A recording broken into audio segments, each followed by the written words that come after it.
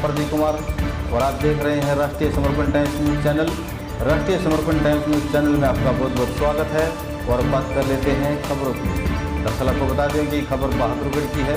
बहादुरगढ़ में वाल्मीकि समाज के लोगों ने श्री तरुण कुमार पौरिया SDM के माध्यम से राष्ट्रपति के नाम ज्ञापन दिया है। दरअसल आपको बता दें कि जो ज्ञापन दिया गया है वो पूर्व में यमुनानगर में रमन वाल्मीकि नाम के एक नौजवान व्यक्ति की मौत के बाद दिया गया है। आपको बता दें कि 23 तारीख को जिला यमुनानगर प्रशासन के द्वारा रमन वाल्मीकि नाम के एक व्यक्ति को किसी झगड़े के मामले को लेकर के गिरफ्तार किया गया था और गिरफ्तार करने के बाद उनको जगाधरी जिला कारावास में भेज दिया गया था, जहां पर उनकी मौत हो गई थी। आपको बता दें कि मौत होने का कारण फूड पॉइजनिंग जो है प्रशासन के द्वारा बताया गया है, लेकिन वाल्मीकि समाज इस मामले को लेकर के एक हत्या का मामला बता रहा है। आपको बता दें कि वाल्मीकि समाज के अगर लोगों की माने तो वाल्मीकि समाज का आरोप है कि रमन वाल्मीकि एक समाज सेवी आदमी था और कई सामाजिक संगठनों से वो व्यक्ति जुड़ा हुआ था और जिसको एक षड्यंत्र के तहत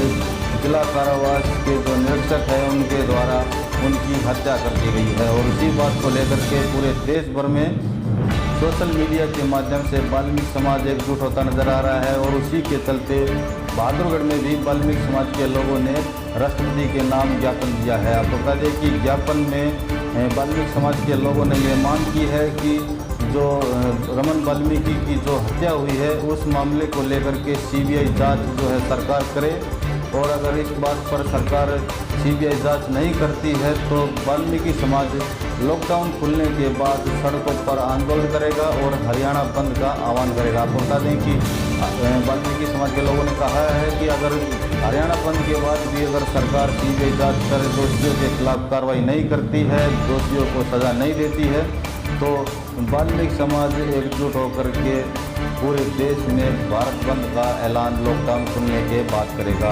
आपको बता दें कि ज्ञापन में जो है कई लोगों ने शिरकत की है और ज्ञापन देने पहुंचे लोगों ने यह मांग की है कि जल्द से जल्द इस पर CBI जांच की मांग हो, नहीं तो CBI जांच अगर नहीं होती है तो वाल्मीकि समाज SC ST OBC समाज एकजुट होकर के लॉकडाउन खुलने के बाद इस मामले को लेकर के भारत बंद का ऐलान भी कर सकता है। आइए दिखाते हैं आपको क्या कुछ कहा ज्ञापन देने पहुंचे लोगों ने। जी बताएं सर, जो आज ज्ञापन दिया सर किस विषय को लेकर दिया है?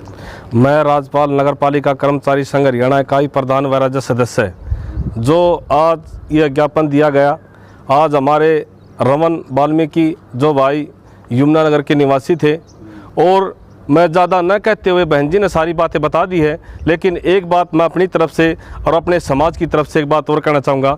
हमारे नगर पालिका कर्मचारी संघ हरियाणा के अंदर पूरे हरियाणा के अंदर 50,000 सफाई कर्मचारी योद्धा हैं, लेकिन हम सरकार से मांग करते हैं कि हमारे रमन वाल्मीकि भाई को CBI की जांच हो। अगर CBI की जांच तो उसको न्याय नहीं मिला तो हमारे 50,000 कर्मचारी सफाई योद्धा अगर उसको न्याय नहीं मिला और उसको मांग है सरकार से, तो हम इस जो आज एक महामारी कोरोना बीमारी के प्रधानमंत्री की उसके लॉकडाउन से आज हम भी चुप बैठे हैं। लेकिन भाई साहब को अगर हमारे रमन वाल्मीकि भाई को न्याय नहीं मिला तो 50,000 कर्मचारी तो सड़कों पे उतरेगा ही उतरेगा, लेकिन हमारा पूरा वाल्मीकि समाज पूरे भारत के अंदर जो वाल्मीकि समाज रहता है इसका विरोध करेगा और इसको बंद भी करेगा, हरियाणा को भी और भारत को भी। जब तक इसको न्याय नहीं मिलेगा हम चुप नहीं बैठेंगे।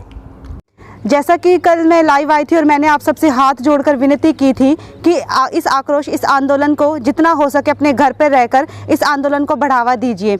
मैं बात कर रही हूँ रमन वाल्मीकि जी की निर्मम हत्या के बारे में। आज मैं अपने वाल्मीकि समाज, अपने बहुजन समाज के साथ SDM ऑफिस यहाँ पर ज्ञापन सौंपने के लिए आई हूँ। ये बताएं मैडम, क्या मामला सारा है, किस बात को लेकर के ये ज्ञापन दिया जाए? जैसा कि हम सब जानते हैं और मैं अभी बता देती हूँ कि रमन वाल्मीकि जो कि यमुनानगर से हैं, एक आपसी रंजिश चल रही थी जो कि नाम उनका है सचिन पंडित। उनके साथ आपसी एक महज होली सेलिब्रेशन के लिए डीजे लगाने को लेकर एक छोटी सी लड़ाई हुई थी। वो लड़ाई चलते चलते इतनी ज़्यादा बढ़ गई कि अब जेल में उनकी निर्मम हत्या करवा दी गई। मैं पूछना चाहती हूँ उस मनुवादी सोच विचारधारा वाले लोगों से कि ये अगर ये असमानता नहीं है, ये भेदभाव नहीं है, तो ये क्या है?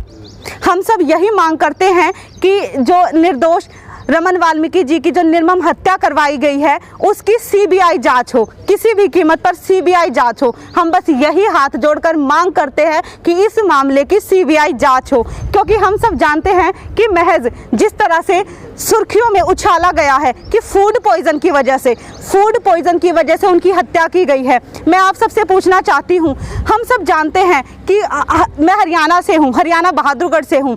हम सब लस्सी पीते हैं, खाना खाते हैं, लस्सी पीते हैं। क्या लस्सी पीने के बाद किसी को फूड पॉइजन हो सकता है? और क्या फूड पॉइजन से किसी की मौत हो सकती है? ये महज एक सुर्खियों में उछाली गई एक बात है, ठीक है, एक झूठा छलावा है। ये सिर्फ उस चीज़ को अनभिज्ञ करने के लिए, उस चीज़ से डिस्ट्रैक्ट करने के लिए, क्योंकि फूड पॉइजन से इतने हट्टे खट्टे 6 फुट नौजवान की क्या मौत हो सकती है?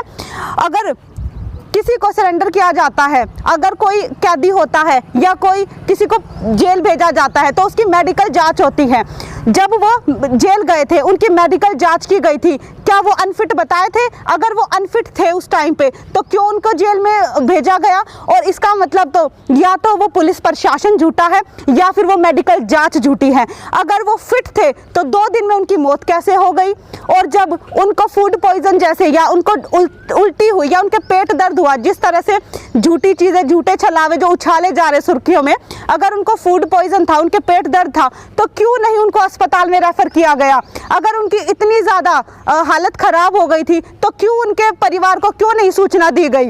इन सभी सवालों के अगर कोई जवाब दे सकता है तो मैं आप सबसे यही पूछना चाहती हूँ, क्यों अगर पुलिस प्रशासन ने ऐसे लोगों के साथ मिल करके उनकी हत्या में अगर साथ दिया है तो हम इस तरह से ना ही इस सरकार पर, ना ऐसे पुलिस प्रशासन पर हम किसी प्रकार का कोई विश्वास नहीं कर सकते। और मैं ये भी अपनी बात रखना चाहूँगी कि अगर सरकार, पुलिस प्रशासन की ओर से हमें किसी तरह का कोई न्याय नहीं मिलता है, कोई मांग नहीं होती, कोई हमारी जो हम सीबीआई जांच की मांग कर रहे हैं, अगर हमारी मदद नहीं हो पाती है तो बहुजन समाज, पूरा वाल्मीकि समाज रोडों पर उतरेगा और आक्रोश और आंदोलन करेगा, क्योंकि हमें सीबीआई जांच चाहिए, हमें रमन वाल्मीकि भाई साहब जी के लिए इंसाफ चाहिए। लॉकडाउन है मैडम, अगर ऐसे में आप सड़कों पर उतरोगे तो कैसे? लॉकडाउन है, इसीलिए हम घर पे बैठकर सोशल मीडिया के जरिए ये आंदोलन चला रहे हैं। मैं बात कर रही हूँ, अगर हमारी मांगों को और हमारी किसी तरह की कोई सरकार मदद नहीं करती है तो लॉकडाउन के बाद हम अगर हो सकेगा हरियाणा बंद तो करेंगे, लेकिन मांग पूरी नहीं हुई तो हम भारत बंद भी करेंगे, क्योंकि हम चुप नहीं बैठेंगे, हम शोषित नहीं होंगे, हम ये इस तरह का जो शासन चल रहा है बर्दाश्त नहीं करेंगे किसी भी कीमत पर।